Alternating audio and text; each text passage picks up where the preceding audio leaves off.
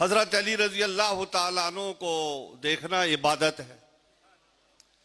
तो आप काबे शरीफ जाते हैं, मताफ में बैठ जाते हैं और काबे शरीफ को ऐसे देखते रहते हैं, तो ये भी इबादत है।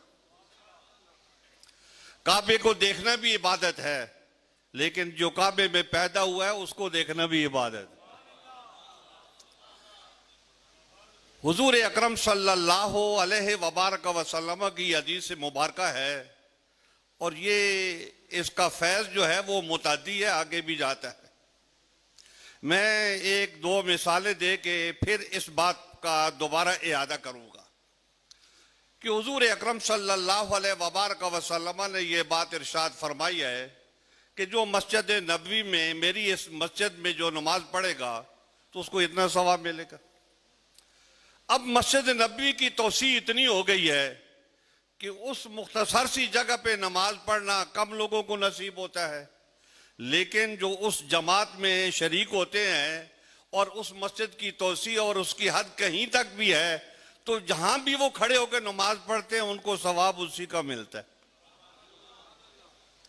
और फिर हुजूर अकरम सल्लल्लाहु अलैहि वबारक वसल्लम ने एक बात और भी इरशाद फरमाई है कि आपने फरमाया है कि जो मंजार कब्री वजबत लहू शफाअती, जो मेरी कब्र की ज़ियारत करेगा उसके लिए मेरी शफाअत लाजिम हो जाएगी। अब जितने हम लोग जाते हैं तो हम जाली शरीफ की ज़ियारत करते हैं, आपकी कब्र शरीफ तक हमारी निगाहें ज़ाहिरी तौर पे नहीं पहुंच सकती, लेकिन हम उसी हुक्म में होते हैं कि जो ज़ियारत करने वाले होते हैं उनके लिए हुजूर अकरम सल्लल्लाहु अलैहि वबारक वसल्लम की शफाअत जो है ना वो लाजिम होती है। लेकिन कब्र शरीफ हमें नजर नहीं आई, कब्र के साथ में जो दीवारें हैं वो नजर आई। अमीरुल मोमिनीन हजरत अली रजी अल्लाह तआला अन्हु के बारे में नबी अलैहिस्सलाम ने यह बात इरशाद फरमाई है कि अली को देखना इबादत है और अली की औलाद को देखना भी इबादत है। बात वहां तक रुकती नहीं है, बात दूर तक जाती है। और फिर अमीरुल मोमिनीन हजरत अली रजी अल्लाह तआला अन्हु की औलाद में जो उनके जानिशीन हैं उनको देखना भी इबादत है। जिन लोगों ने हजरत पीर मेर अली शाह साहब रहमतुल्लाहि ताला अलैह को अपने दौर में देखा है वो भी इबादत में थे और आज भी वो लोग इबादत में हैं। आज भी वो लोग इबादत में हैं जो अमीरुल मोमिनीन हजरत अली रजी अल्लाह तआला अन्हु की औलाद को देखते। एक बात और अर्ज करूं, हुजूर अकरम सल्लल्लाहु अलैहि वबारक वसल्लम ने फरमाया है कि मन सब्बा अलीयन फकत सब्बनी। इस दौर में, जिस दौर में हम खड़े हैं, आले बैत और साहबा कराम में तफरीक कर दी गई है। लोगों ने हमसे कहा है कि हम आले बैत को नहीं मानते, हम साहबा को मानते हैं। हम साहबा की ताज़ीम व तौकीर करते हैं और अमली तौर पे अगर वो जुबान से ये बात नहीं भी कह सकते तो वो अमली तौर पे इस काम में लगे हुए हैं कि सादात की ताज़ीम व तौकीर न की जाए। क्यों ताज़ीम व तौकीर न की जाए? तो फिर क्या इनकी तौहीन की जाए? नहीं। हुजूर अकरम सल्लल्लाहु अलैहि वबारक वसल्लम ने जो बात इरशाद फरमाई है हजरत अली रजी अल्लाह तआला अन्हु के बारे में, जो उनको बुरा कहेगा वो मुझे बुरा कहेगा।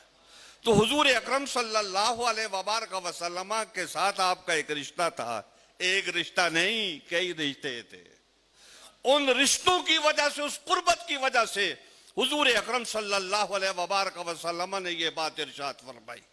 और फिर साहबा इकराम रिज़वानुल्लाहि ताला अलैहिम अजमईन जो है उनमें अमीरुल मोमिनीन हजरत अली रजी अल्लाह तआला अन्हु का एक मकाम और एक मर्तबा है और उस मर्तबे को हमेशा सूफिया कराम बयान करते आए हैं। उलमा ज़हर ने भी किया, मुहद्दिसीन ने भी किया, फुक़हा ने भी किया और हजरात सूफिया कराम जो हैं उनकी नजरें जहां तक जाती थी तो वो वहां तक उसका मुशाहदा करते रहे। हजरात गिरामी, एक बात लफ्जों की होती है और एक माने की होती है।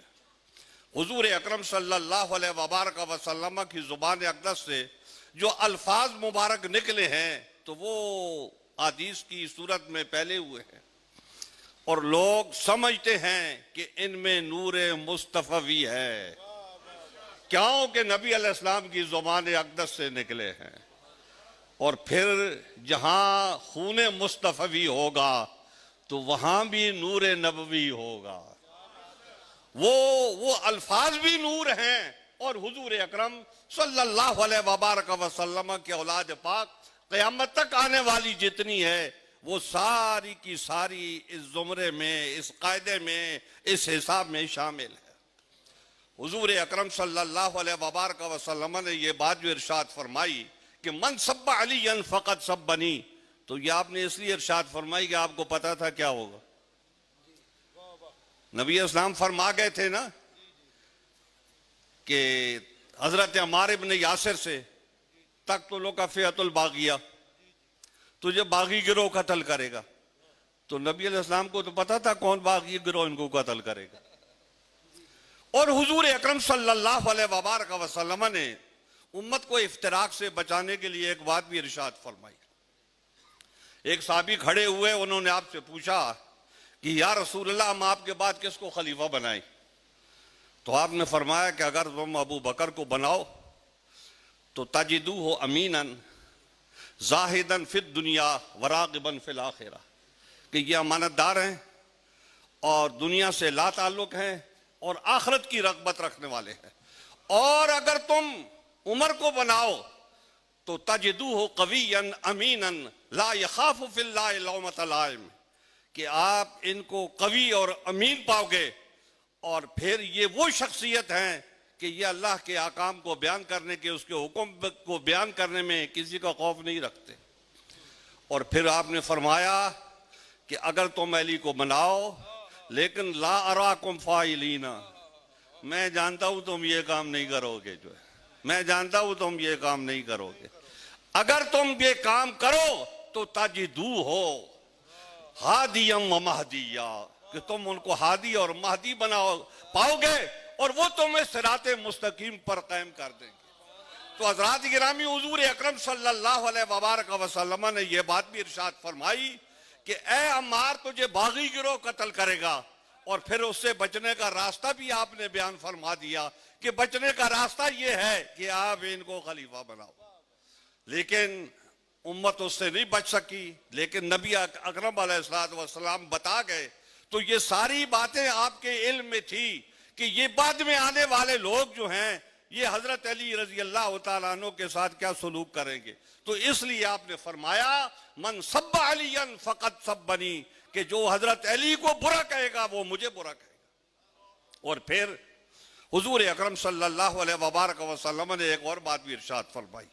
आपने हजरत अली से फरमाया लहमुका लहमी जिस्मुका जिस्मी, अली तेरा गोश्त मेरा गोश्त, तेरा जिस्म मेरा जिस्म, तेरा खून मेरा खून। तो हुजूर अकरम सल्लल्लाहु अलैहि वबारक वसल्लम ने हजरत अली रजी अल्लाह तआला अन्हु से अपनी ये कुर्बत बयान की। और उस कुर्बत को उम्मत के जो बड़े लोग होते हैं वो हमेशा पेश नजर रखते हैं। हजरत शाह साहब दामद बरकातुहुल आलिया ने अपनी किताब में एक बात लिखी है, और वो बात जो है वो इमाम अशरी और उनके तलामजा किया और उनके इख्तिलाफ की है। लेकिन मैं उसकी तायीद में एक और बात करता हूं कि हजरत इमाम अशरी रहमतुल्लाह तआला अलैह का मौक़िफ़ यह है कि नबूवत के लिए ज़ुकूरियत शर्त नहीं है, इसके बगैर भी नबूवत हुई है, जो है ना, ये उनका मौक़िफ़ है। लेकिन उसके बाद वाले जो लोग आए हैं तो उन्होंने ज़ुकूरियत उसके लिए शर्त करार दे दी। तो गोया इमाम अशरी का एक मौक़िफ़ था, तो उसके बाद वाले जो उनके तलामजा और आगे के लोग आए और उन्होंने आके उनसे इख्तिलाफ किया, और वो दूसरा मौक़िफ़ अब अहले सुन्नत व जमात का मौक़िफ़ है। अशरी का मौक़िफ़ उनका मौक़िफ़ नहीं है, उनका मौक़िफ़। तो जब इसमें तब्दीली हो सकती है तो वो जो बात हज़रत शाह साहब दामद बरकातुहुल आलिया ने अपनी किताब में लिखी है उसमें भी तब्दीली हो सकती है, उसमें भी तब्दीली हो सकती है, उसमें भी तब्दीली हो सकती है। क्यों हो सकती है? हजरत इमाम तफ्ताज़ानी रहमतुल्लाह तआला अलैह का जिक्र अभी थोड़ी देर पहले मजलिस में हुआ था। ये बहुत बड़ी शख्सियत है, मैं हमेशा ये बात कहता हूँ कि बहुत बड़ी शख्सियत है। ये बुनियादी तौर पे अशरी हैं, लेकिन इनका जो दौर आया तो उस दौर में मातुरीदियों और अशरियों के इख्तिलाफात थे और 40 मसाइल में इख्तिलाफात थे। 8 मसाइल तो खुद जो है ना वो शरअ अक़ायद में मौजूद